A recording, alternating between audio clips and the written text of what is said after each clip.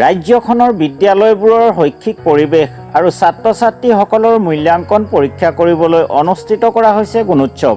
তাৰ এই অংশ হিচাপে ৰূপহী শিক্ষা খণ্ডৰ অন্তৰ্গত সকলোবোৰ বিদ্যালয়ত গুণোৎসৱৰ বাবে এক উৎসৱমুখৰ পৰিৱেশ পৰিলক্ষিত হৈছে। শিক্ষা খণ্ডটোৰ কাজিৰঙা বালিজুৰি মধ্য ইংৰাজী বিদ্যালয়তো একেই পৰিৱেশ। এক উৎসৱমুখৰ পৰিৱেশৰ মাজতে বিদ্যালয়খনৰ শিক্ষক-শিক্ষয়িত্ৰী আৰু ছাত্ৰ-ছাত্ৰীসকলে অনুষ্ঠিত কৰে গুণোৎসৱ। জুৰিয়া মহাবিদ্যালয়ৰ হিন্দী বিভাগৰ মুৰব্বী চাহেলা খণ্ডকাৰ পৰ্যবেক্ষক হিচাপে বিদ্যালয়খনৰ শৈক্ষিক পৰিৱেশ আৰু ছাত্ৰ-ছাত্ৰীৰ মূল্যাংকন পৰ্যবেক্ষণ কৰে। শৈক্ষিক পৰিৱেশ বুলিলে শিক্ষক আৰু ছাত্ৰৰ মাজত যিটো নিবিড় সম্পৰ্ক সেইটো উন্নত, ছাত্ৰসকলৰ যি দিশত ছাত্ৰসকলৰ নিজৰ গুণগত মান উন্নত কৰা। আজি কিছুমান ল'ৰা ছোৱালী আছে খেলত সিহঁতৰ ৰাপ আছে, সিহঁতক খেলত আগুৱাই নিয়া। কিছুমান সংগীতত ৰাপ আছে, সিহঁতক সংগীতত আগুৱাই নিয়া।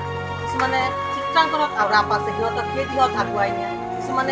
কিছুমান মেধা ছাত্ৰ আছে যিবিলাকে পঢ়াৰ ক্ষেত্ৰত আগবাঢ়ি যাব বিচাৰে, সেই পঢ়াৰ জৰিয়তে সিহঁতক আগুৱাই নিয়া। অৰ্থাৎ সৰ্বাংগীন ছাত্ৰ-ছাত্ৰীৰ সৰ্বাংগীন উন্নতিৰ কাৰণে আজি শিক্ষক শিক্ষয়িত্ৰীসকল উঠি পৰি লাগিছে।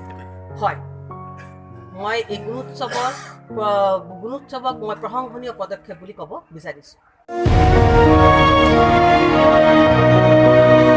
ৰূপহীহাটৰ পৰা মুকছিদুল হকৰ ৰিপৰ্ট, পাব্লিক নিউজ টাইম।